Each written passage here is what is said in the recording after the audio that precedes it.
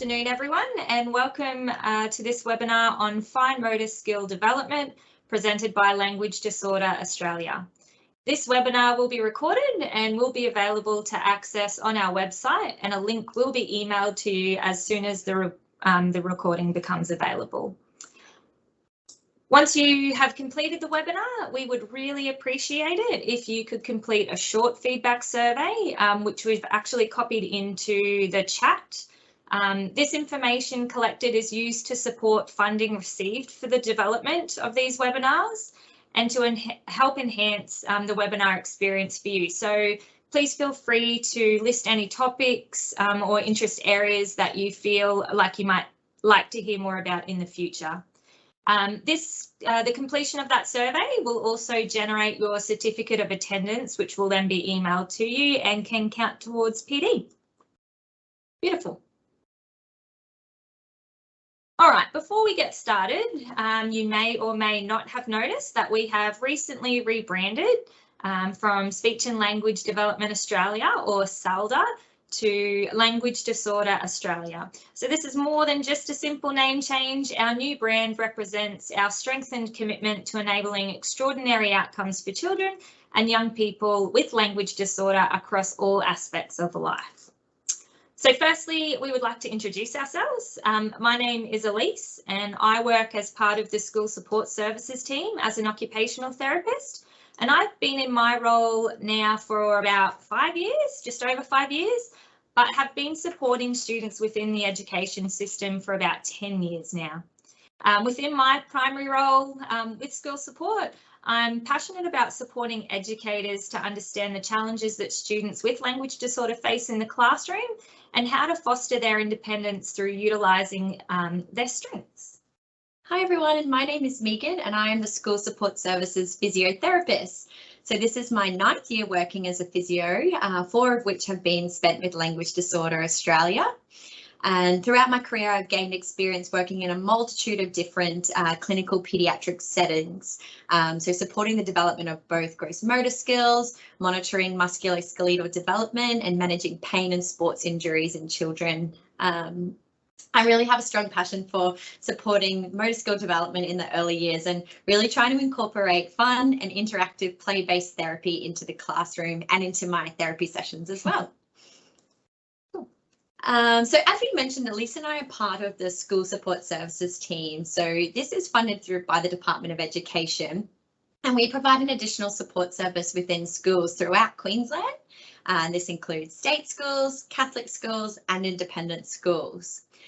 We operate as a big multidisciplinary team and specialise in providing support to schools to enhance the learning outcomes of students with language disorder and other related difficulties. So our school support service team is located in both Brisbane and Townsville, where both Elise and I are based, and we provide our service throughout the whole of the North Queensland region. And, you know, some of you here today may have actually accessed our service, so welcome and hello again. We support schools through a range of varying service. So as you can see in the blue box from multidisciplinary reports, and they contain sort of individualised support strategies, resources and recommendations. And our other sort of alternative way we support schools is through capacity building services, which includes our intensive support program and professional development to staff. Okay, so that's the formalities. So let's kick off today's webinar, which is obviously about fine motor development in the classroom. So throughout today's webinar, we will be investigating the following key learning objectives. So what are fine motor skills and their importance in the classroom? What is the link between fine motor skill development and learning?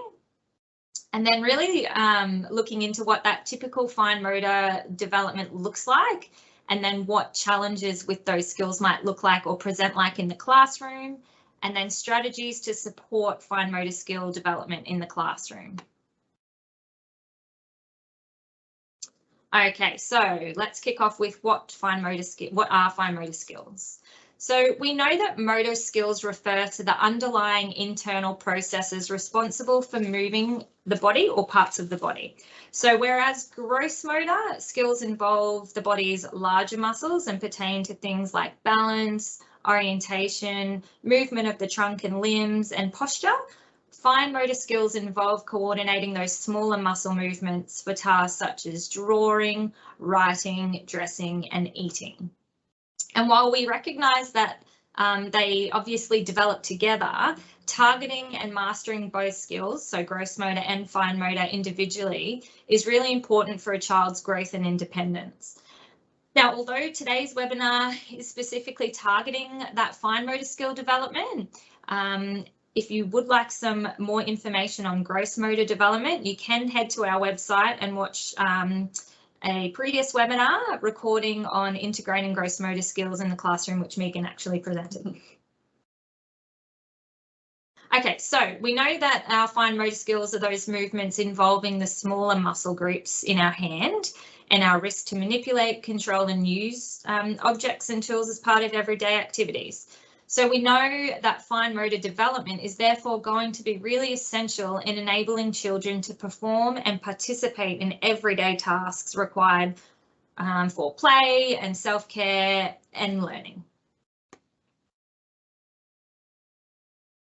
So most of us recognise that in previous years there was a time where I guess children were more physical. They tended to walk to school, rode bikes more readily, played outside more frequently, and that all sort of indirectly contributed to the general development of motor skills. However, today we have observed a shift towards students starting school a little earlier, engaging in more structured activities, certainly that increase to technology and that earlier expectation to be able to grip a pencil and perform those paper and pencil based activities. And this shift has really, and I guess an increase in the targets that are included in the curriculum have resulted in less time being able to be spent specifically on fine motor skill development in the classroom. And this is, I guess, indirectly or co-contributing potentially to some of those students who do present with poorer fine motor skills and reduced student outputs. And unfortunately, we do know that fine motor problems have been shown then to lead to difficulties in daily life, such as academic performance, sports and play and whatnot. But we also recognise that these difficulties can significantly influence a student's development, particularly in the areas of communication and social interaction. So being a language disorder service and that being our area of specialty, we're going to take a closer look at the link between fine motor skills and the impact that they can have specifically on literacy and language development. So this is a really nice quote. So Hoffman and Fortenberry stated that writing progress depends largely on the development of fine motor skills involving small muscle movements of the hand. So there is mounting evidence that suggests that there is a close relationship between fine motor development and other aspects including literacy and cognitive development. So this just provides further justification, I guess, for fine motor development being integrated as an important learning focus in the classroom and in that emergent literacy area. In fact, there is a study by Mora in 2012 that did find that children with strong fine motor skills at the age of 5 actually performed more optimally than their peers with poorer fine motor skills in domains of math, reading and emergent literacy by the time that they were 6, 8 and 10 years old.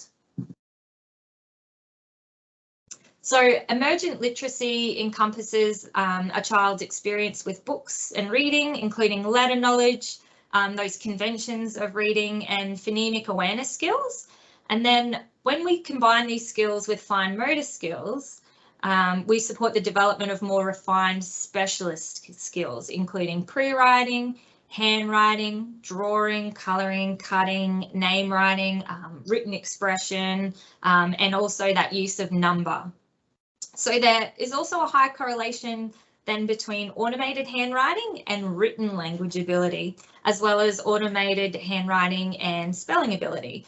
So delays with fine motor skills impacting handwriting can obviously therefore then lead to students having greater difficulty transcribing their thoughts into written language. So as a result, when sub-skills for writing, such as fine motor development, are coupled with grammar and punctuation, and that becomes more automatic, a student is then going to be more likely to be able to activate those higher order thinking skills and have increased written outputs. Okay, so I guess let's now explore what typical fine motor skill development looks like in the classroom. So the development of muscles from the whole arm all the way to the fingertips provides children with the strength required for classroom tasks such as cutting, writing, manipulating objects. And so as the hand begins to develop and strengthen, this further supports the beginnings of a pincer grip, which we need and we all know is required for gripping pencils and pens and for handwriting. So in order to develop fine motor skills, a student really needs exposure to activities and experience that support building strength, not just within the fingers, but it encompasses the whole arm, the whole hand, and then finally both the pincher and pincer grips. So we'll look at those a little bit further. So up in the yellow box, when we talk about whole arm, this is really referring to the development of the larger gross motor skills, including strength of the shoulder, more of the upper arm and the forearm.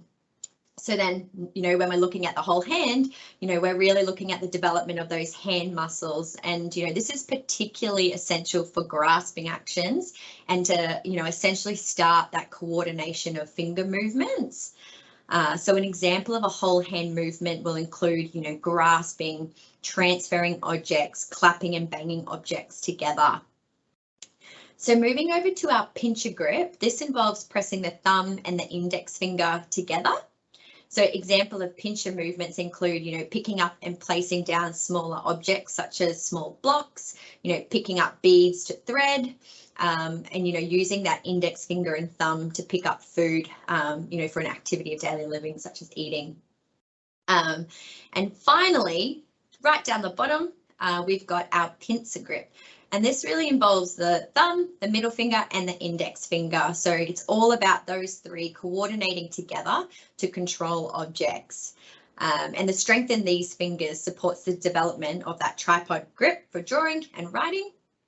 And, examples of this pincer grip include using tongs, squeezing pegs, picking up small objects with all of those fingers together.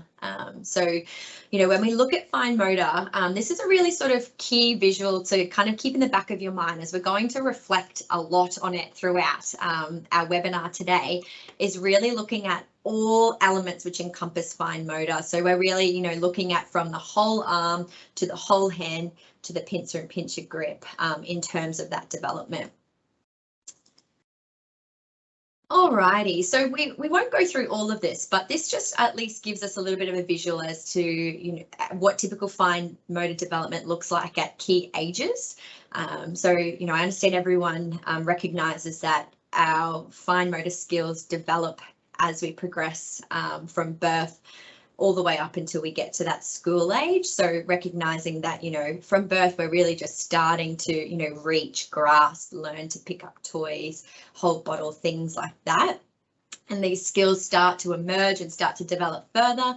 So by the time we're reaching 3 to 4, we've got a little bit more intrinsic muscle strength, so we can sort of start to build a tower, we can start to hold a pencil, we can start to manipulate and play with Play-Doh material, looking at starting to do some rough scribbles and draws.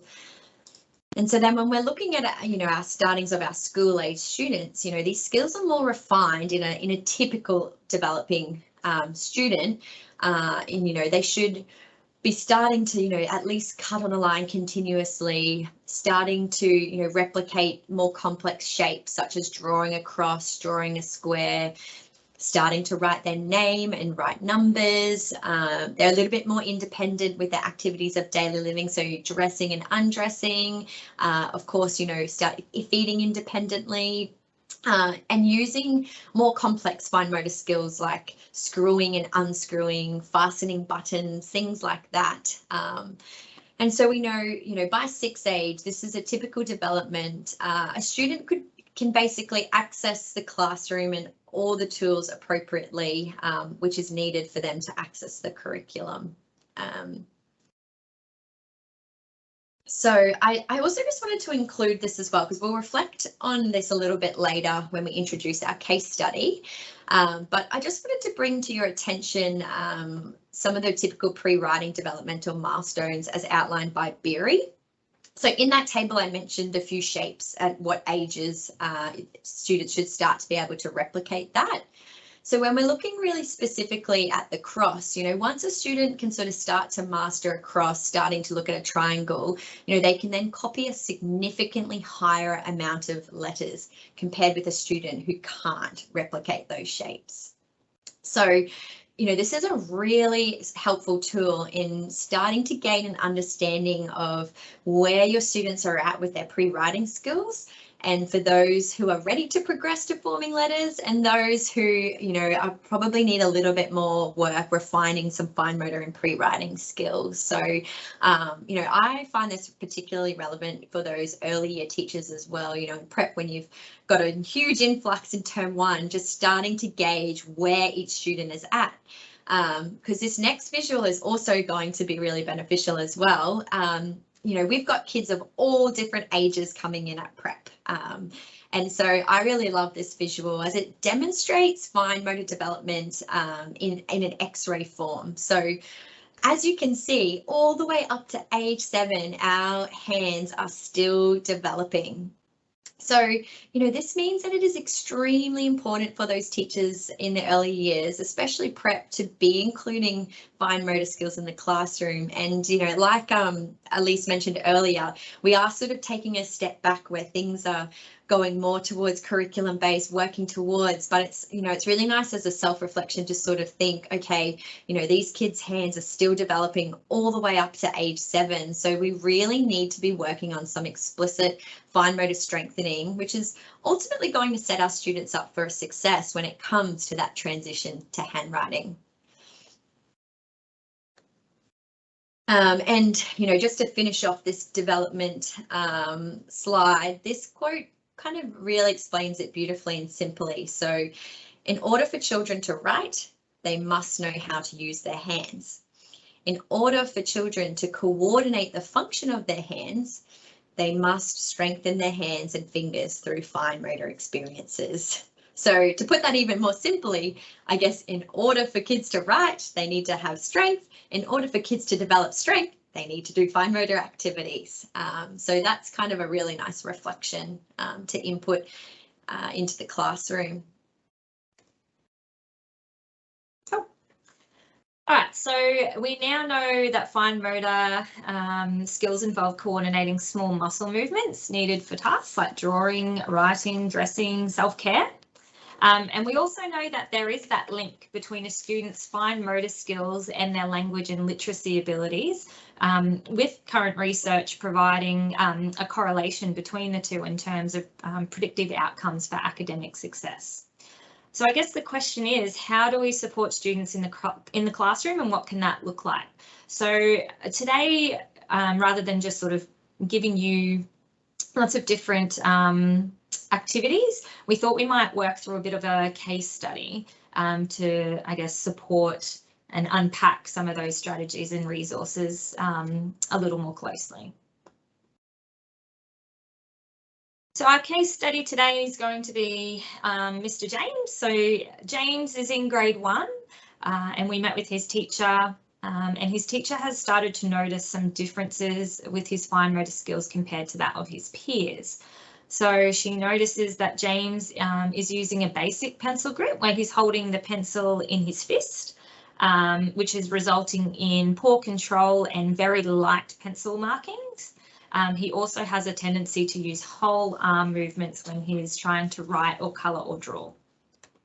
He's also got difficulty opening his water bottle, tying his shoelaces, and tends to pick up blocks during numeracy tasks with his whole hand and palm rather than using a pincer grasp.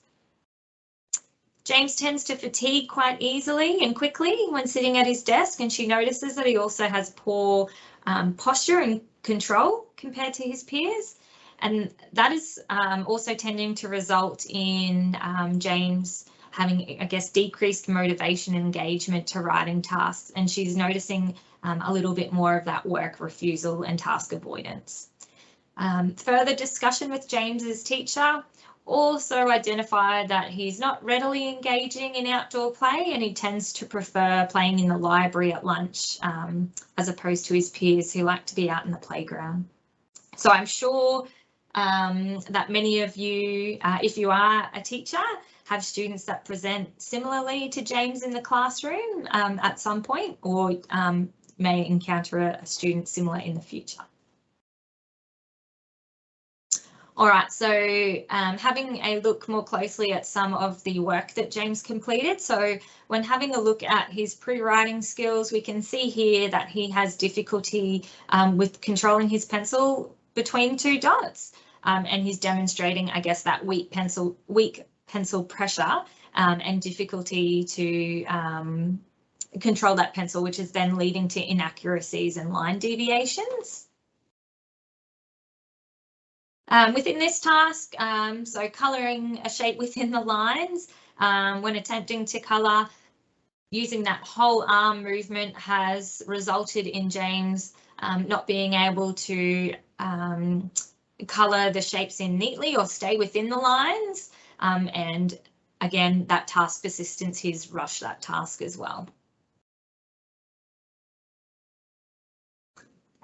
Moving on to a shape copy task or a visual motor integration task. So this task looks at a student's ability to firstly perceive a visual stimulus, plan how to replicate it, and then carry out that task. So we learnt earlier that students should have mastered simple shape copying, such as a square and a cross, by the time that they're 5 years old. And as you can see, James is having a lot of difficulty replicating, obviously, these complex shapes, but also some more of these basic shapes and their orientation and directionality. And then, of course, no glaring surprises, I guess, that James is then having difficulty copying letters, even when there's a visual stimulus provided. So someone's demonstrating or modelling how to form that letter, and he's still having a lot of difficulty being able to coordinate that. So having a look at our Foundations for Learning framework, and if you've received our service before, you would certainly be familiar with this diagram. If not, this is I guess, a nice visual that we like to use to represent how language disorder impacts a various range of skills within the classroom, and of course then how those skills impact language. So having a look at this framework, we've highlighted the areas that James is having difficulty with. So poor development of hand and finger strength will impact his motor skills. So having a look down here, fine motor skills, gross motor skills, and visual motor integration skills. He is also experiencing some difficulties with touch and sensory engagement. Moving over to the social emotional domain, he's having difficulties in tasks such as self-care, so those dressing and toileting. It's also having an impact on his self-regulation and that engagement to tasks. And it's also impacting his play skills, which then is impacting his social engagement with his peers. He's not having success with manipulating toys and things like that, which is making it harder for him to engage. So these difficulties, as you can see on this blue band on the outside, are then also contributing to that overarching difficulty in accessing the curriculum, particularly in that space of literacy and numeracy. Cool. So now that we know a little bit of information about James and how he's presented, we're going to take a closer look, I guess, at some strategies that we can implement to support students like James in the classroom. And I guess some demonstrations of what these skills would look like, or what these activities would look like. Okay, so I guess when we support the implementation of fine motor strategies in the classroom, it's really simple. We can break down those fine motor skills into those 3 components that we mentioned earlier. So looking at whole arm, whole hand, and both pincer and pincher grip as well. So on the right-hand side here, we've just broken down James's difficulties, specifically looking at which difficulties are targeting more of that whole arm development, which difficulties probably could utilise some whole hand strategies, and those that are more indicative of needing more support for that pincer and pincher grip as well. So, like we mentioned earlier, that whole arm development is really looking at from the shoulder girdle to the upper arm to the forearm. So James was, having difficulties climbing on a playground, lots of poor fatigue and endurance sitting to writing tasks, and difficulty throwing and catching a ball. So these are kind of our clues and indicators for these kids in the classroom where we can think, oh, okay, they're having some difficulties with those. They might need to work more on some whole arm development. When we're looking specifically at whole hand, our little clues there are, difficulty twisting water bottle lids, that whole palm grasp and picking up blocks. So anything where it's really just utilising that hand, and James is having difficulty within the classroom, any other classroom tasks, is a really kind of key clue to you. All right, we need to work on some whole hand development for James.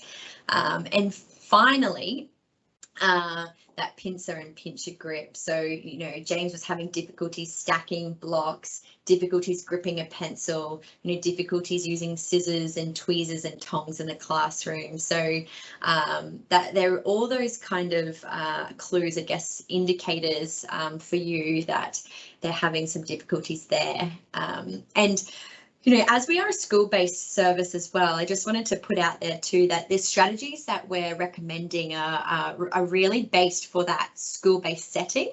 I know that there are a few sort of allied health staff, OTs and speechies working around. And for those who are working more in private practice, I just wanted to put out that here that today's webinar is really specifically targeting that fine motor development in that classroom domain and in that school setting. So the strategies that we're going to recommend shortly are really is used to help those working in the school environment at both a whole class level or at an individual level as well. So let's get started. What we're going to do is basically run through some example strategies and recommendations for how to target each of the 3 domains, and we'll go through some little video examples as well.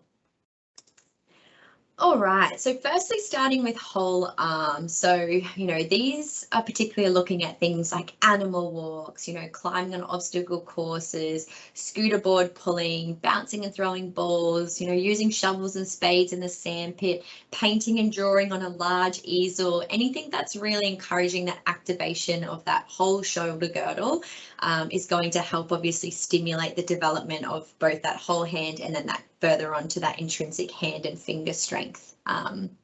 So whole arm strategies, can be used in isolation as part of your fine motor rotations. But what I love about them is that they can actually be used in a whole class environment. So using transitions. So, all right, class, we're going to transition between our activities using a bear walk, alrighty. Or another really good way to kind of incorporate bouncing and throwing in the classroom for anyone who did actually watch the gross motor webinar that I did last year. A really good strategy I popped in there was, using a big beach ball, blown up beach ball that you can write with a permanent marker on. So some of you may have seen this strategy, but it's a good kind of, again, movement break, and also incorporates that UDL, that universal design of learning theory, into practice. So, you know, with your beach ball, if it's a numeracy activity, you can write numbers on the beach ball, and, you know, just as a little brain break, let's pass it around the class. Where your hands land, you've got to say the number. Can practice multi-digit numbering, place value, taking it down a literacy element, sight words. You can write multitude of sight words. Same again, passing and catching it around the classroom. Where your hands land, you've got to say the sight word. You know, it can be used for initial sound identification, you know, letter identification, anything you can pop on that beach ball. And I find it's a really nice tool in those early years to just have in your classroom. At the end of the day, everyone's kind of frazzled, and you just need something that's still going to target a, you know, a curriculum skill, but it's a nice, fun, kind of motivating activity that is also going to be stimulating that fine motor whole arm development. So we'll have a little look. This is Elisa's beautiful daughter, Millie, who we can thank for being our fantastic model for all our videos. So I'm just going to run you through a few specific animal walks that particularly utilize that whole arm movement, because, you know, there's thousands of animal walks out there, but we really want to be thinking about the ones that are weight bearing, you know, through our hands and through our shoulders, and that are going to be stimulating that development. So let's have a little look at Millie here doing our bear walks, doing our crab walks, and doing our little army crawl, commando crawl, then going down to a little snake or caterpillar. And then you can see as she starts to progress, you know, going back up into our elbows and then into 4-point kneel. Wheelbarrow walks are another really good way, getting some little caterpillar rollouts. Scooter pulls. So this is a really good way to build that whole arm movement. So having that as in a fine motor station. So in that prone position, obviously helps with that core and postural control, otherwise sitting upright as well. So as you can see, Millie demonstrated all of our nice whole arm strategies. All right, so this is again just playing on playground, you know, throwing and catching, looking at that drawing easel. Wheelbarrow walks again as a nice little brain break too, is a really nice one to incorporate in that whole class strategy, because like Elise said, we understand that, you know, the curriculum is forever changing, and we recognise that there is a lot of less time that is targeted in the day to specifically look at refining fine motor skills like they were back in the day. So it's kind of trying to put on our thinking caps as, all right, how can we integrate these into that whole class environment without having to specifically change, you know, that way where we're operating and delivering the curriculum. Alrighty, so like we said earlier, you know, these are some strategies that look at targeting that whole hand development. So, you know, things that involve tipping and filling and pulling and scrunching, anything where we're utilizing whole hand movement to coordinate the movement of both our hands. So some suggestions here, and, you know, there's so many suggestions out there. But filling cups, you know, using spades again, rolling Play-Doh on the desk, rolling Play-Doh into ball with our hands, you know, using all sorts of squirty bottles, syringes, you know, cutting up a tennis ball so you can make your little tennis ball man, and using that to squish them together and talk using our tennis ball man. You know, hammering. Really good ones is like making slime, where you're stirring and you're mixing and you're kneading, you know, using cooking utensils, unscrewing bottles and jars. So it's a really nice way of just thinking any action that you've got that is going to really utilize that whole hand movement. It's going to encourage the development of those muscles and, you know, refine those fine motor skills. And then finally, of course, we spoke about strategies to look at really that pincer and pincher grip. So threading, building with small blocks, you know, lacing with a rope, picking up objects with tongs, you know, pinching Play-Doh and rolling with our fingers in isolation. Of course, starting those pre-writing activities, so transitioning first from a whiteboard marker and a whiteboard, and then, obviously transitioning from that thicker pen through to a pencil, using pegs, things where we're using the index finger and our middle finger and our thumb. And knowing that, reward activities, games like Connect 4, playing cards, pick up sticks, pop the pig, everybody's favorite, is a really great example of how we're using and refining those fine motor skills in a fun and enjoying way.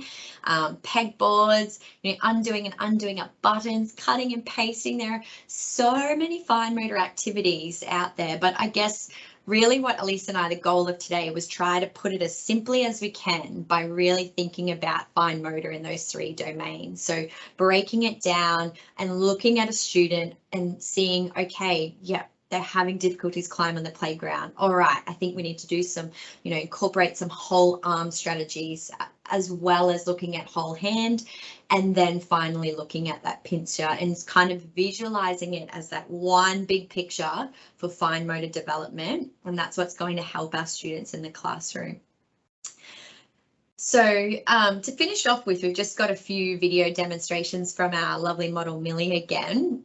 So to start off with, we just wanted to show how using Play-Doh is a really great way to incorporate whole arm, whole hand, and pincer grip as well. And if you're kind of going into these activities with that mentality, you'll know what stations to have, which will replicate different domains that you want to target. So let's look at the video and we can see that for this one, this is a whole arm movement, sorry. Now we're looking at whole hand. So one station could be really looking at that grasping and that ripping.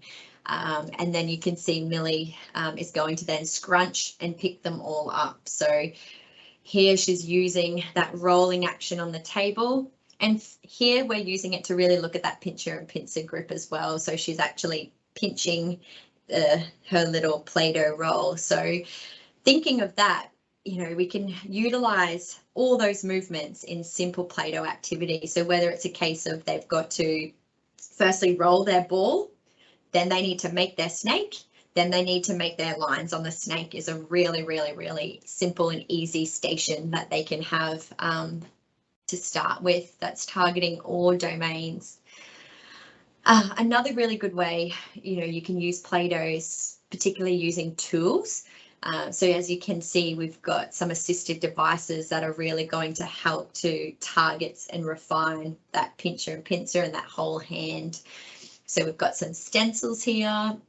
We've obviously got a rolling pin, and then we've got some cutting devices too. So they're a really nice way to, enhance the development and make things a little bit more challenging and motivating and a little bit harder. So, this is just one example, but there are a range of websites that offer, freely available resource sheets. And of course, there are those ones that are, the paid prescriptions such as Teachers Pay Teacher and Twinkle.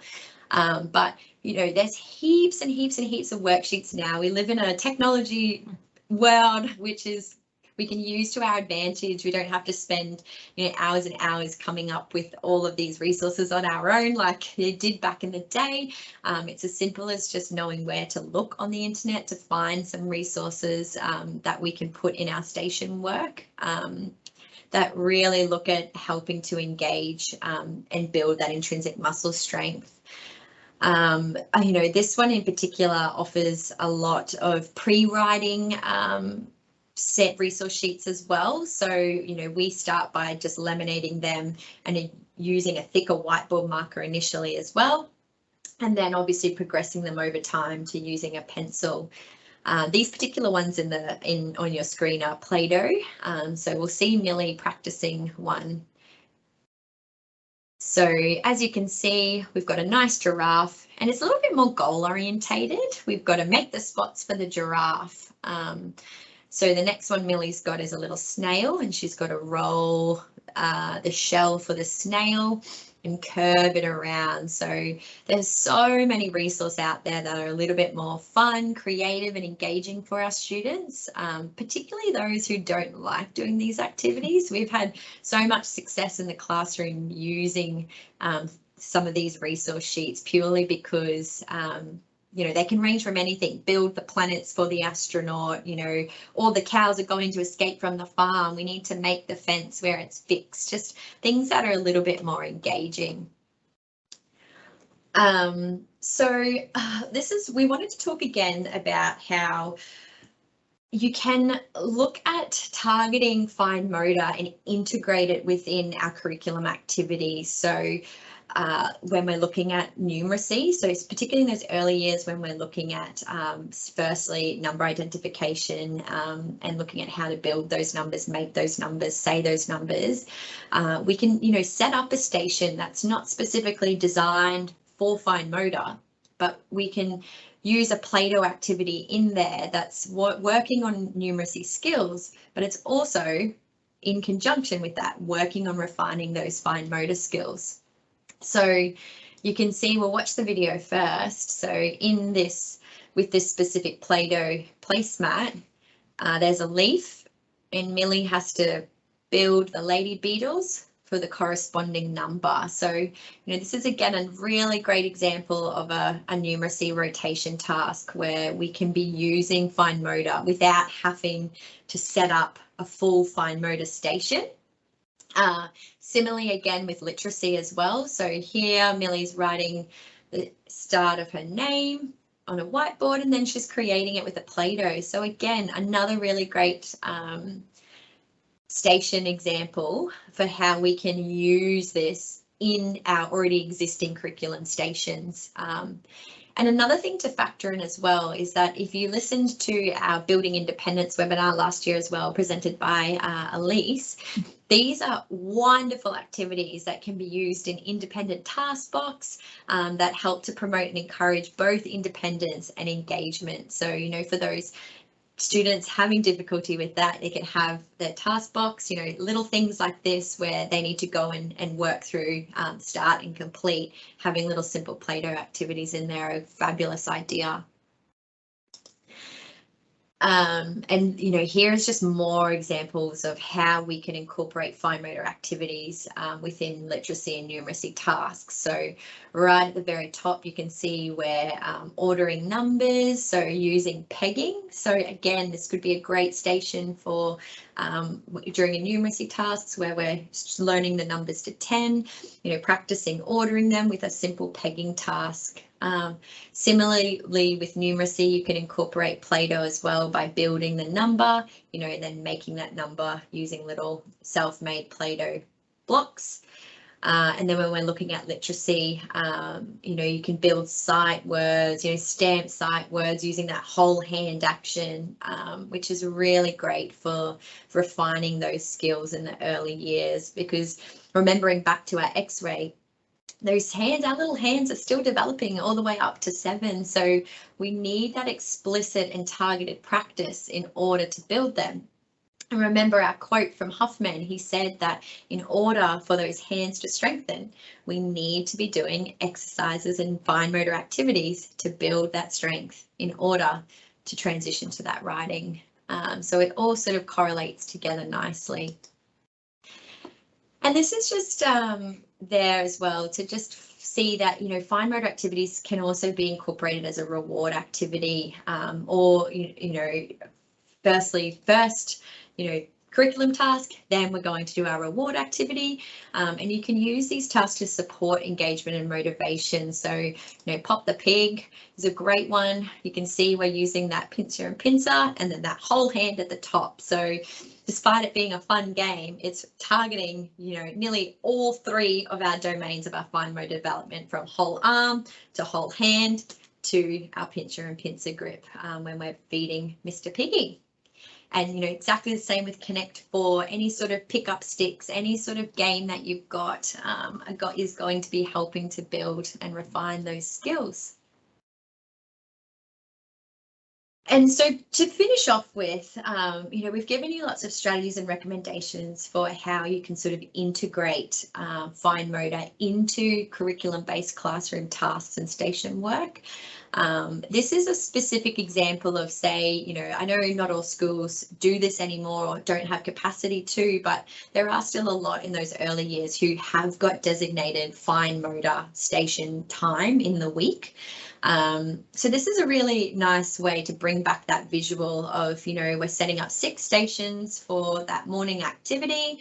All right, from the back of my mind, I'm going to know that I've got to do 2 whole arm developments, and then I just have a huge basket of strategies that I can pull from that I can input there for those activities that are really going to target whole arm. So things like that we mentioned, so working on animal walks, working on those scooter board pulling. So similarly with whole hand development, we know that, all right, what are all those activities in my basket of resources that I can use that are specifically going to target whole hand? So, what Play-Doh activities can we use? What Play-Doh tools can we use? Pop the pig sort of, or any sort of pom-pom tong game. So, transferring pom-poms into an ice cream cone with tongs, lots of different things. And, everyone's got, thousands and thousands of ideas of fine motor activities, but it's more so just thinking, all right, we don't want every kid out there just working on pincer and pincer for all 6 stations. We need to be targeting that all 3 domains as a whole for the most effective development and refinement of those skills. And then finally, of course, knowing that we can then split it up and have 2 stations looking at that pincher and pincer grip. So let's do a threading activity and let's do pop the pig. So this is just one example of, hey, easy, let's pop that in. Let's look at our station activity. And of course, like we mentioned earlier, for those where we're integrating into the curriculum, we can use some of those Play-Doh activities in our numeracy and literacy stations. So hopefully that has kind of put it in a little bit of a simpler way, because I know fine motor is very complex and motor skills are complex, and we haven't sort of spoken about today, bilateral, integration, all those sorts of crossing the midline, all those extra skills needed, but we just wanted to try and put it as simply as possible in that school environment, so knowing exactly what that typical development looks like, how we can see those challenges in the classroom. So thinking of our James and then thinking, all right, let's think of that. What's a skill that I can do, an activity to target that improvement in that particular whole hand development or pincer and pincer development. Alrighty. So unfortunately, we don't have the questions enabled in the live webinar, but if you do have questions that come up, please feel free to get in contact with us via email. We've popped both of our emails up on that last slide if you wish to copy them down. And just a quick reminder that the recording will become available in the next couple of days and will be sent via email. So alternatively, for those, I feel like a number of you are already members of our Language Disorder Australia School Support Services Professional Network page.